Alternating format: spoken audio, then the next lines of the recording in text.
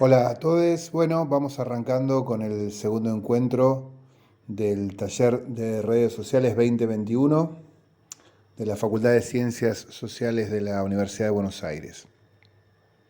En este encuentro vamos a empezar a avanzar sobre la cuestión de los nodos, de los enlaces, de los grafos, pero eh, antes de tirarnos de cabeza, digamos, al Gephi y empezar a trabajar concretamente con los datos, déjenme que les plantee un tema que para nosotros los que estamos en ciencias sociales es bastante crítico y que de alguna manera planteó Rousseau. Ustedes saben que Jacques Rousseau fue una persona, un polímata muy influyente en la Revolución Francesa y en lo que fue la gesta de 1810 en Buenos Aires, ¿no? Es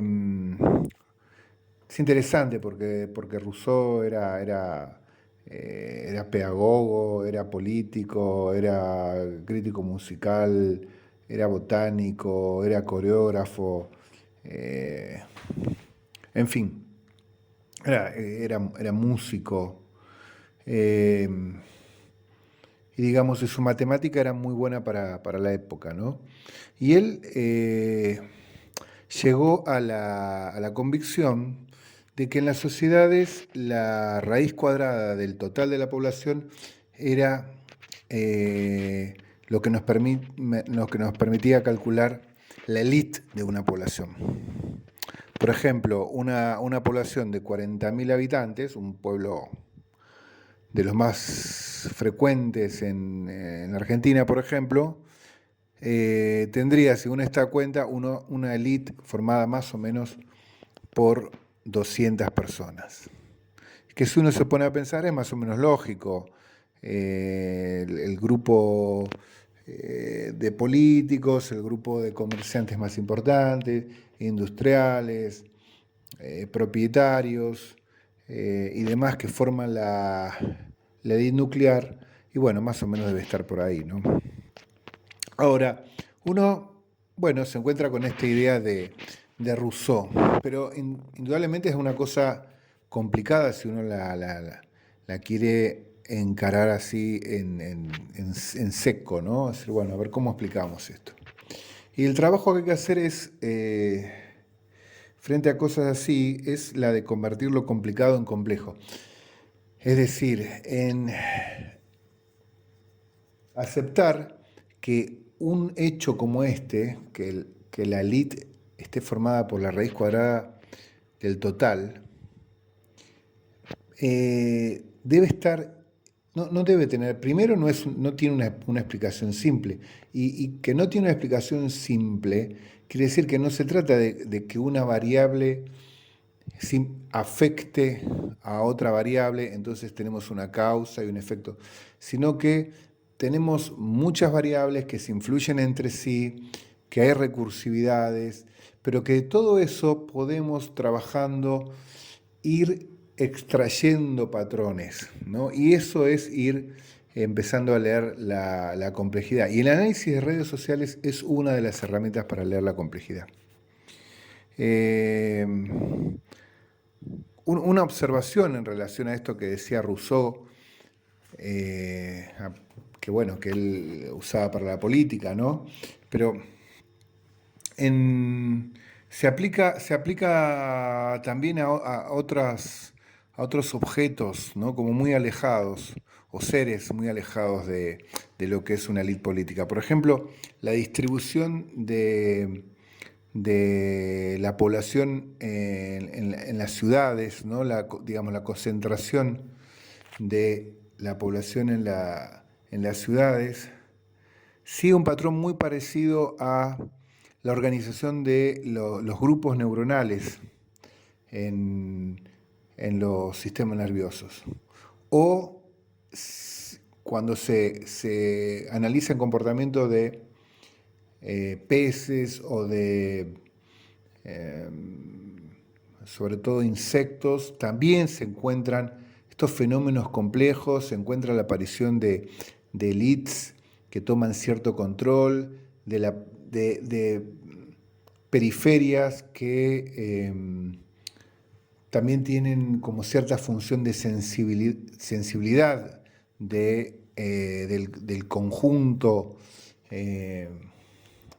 hacia los factores externos, etc. Es decir, no, podemos ir hacia la biología, podemos ir hacia la música, podemos ir hacia la urbanística, como un poco hacia Rousseau, y descubrir fenómenos complejos pero que siguen un patrón más o menos que puede ser aplicado para extraer comprensión en unos u otros campos, ¿no? Y entonces acá está el tema del análisis de redes sociales, ¿no? Que en definitiva el análisis de redes sociales es cierta vehemencia, ¿no? Cierto énfasis en la relación por sobre la cosa en sí, ¿no? Es decir, cuando pensamos en redes sociales, pensamos la cosa y sus atributos, pero sobre todo cómo es esa cosa, ese nodo está relacionado. Pensemos, por ejemplo, el fútbol, ¿no? El fútbol podemos pensarlo de muchas maneras, pero los jugadores serían los nodos y los pases entre los jugadores podrían ser las relaciones. Entonces podríamos construir patrones de comprensión de esa cosa complicada que es un partido de fútbol a partir de ese sistema de utilizar nodos y relaciones. Pero también podríamos pensar en clubes y compras y venta de jugadores, o podríamos pensar en que los nodos pueden ser las empresas patrocinantes y la existencia de clubes en común, las relaciones. O podríamos pensar las hinchadas como nodos y los cantos, la utilización de una misma canción como una conexión, etcétera, ¿no? O sea, fíjense, un mismo hecho como ir a la cancha y ver un partido de fútbol podría ser susceptible de un abordaje desde el análisis de redes sociales utilizando muchos nodos, muchos tipos de nodos y muchos tipos de relaciones, ¿no? Esto lo podemos trasladar a la economía, a la antropología, a la sociología, a todo el campo, digamos, que nos interesa a los que estamos en ciencias sociales, ¿no? Independientemente se trate de el análisis de las redes de narcotráfico o las redes de hipertextos en Internet. Siempre el análisis de redes sociales permite el reconocimiento de patrones y a partir de esos patrones, del análisis de sus propiedades, de sus condiciones, de sus formas, poder convertir lo complicado en complejo. Bueno, vamos a avanzar un poquito sobre los trabajos de ustedes. Ustedes lo que hicieron hasta ahora fue una recolección de nodos. Estos nodos son nodos que se llaman unimodales porque, bueno, trabajamos solamente, por ejemplo, con artefactos domiciliarios. Pero podría ser bimodales si, por ejemplo, utilizáramos por un lado artefactos y a su vez los tuviéramos asociados a si funciona a 110, 220 o 380 voltios. Entonces tenemos las redes monomodales y las redes bimodales. Y también hay otro tipo de redes que son las redes egocéntricas, cuando nos focalizamos en un objeto o en un individuo y lo que hacemos es leer su entorno de relaciones y de objetos.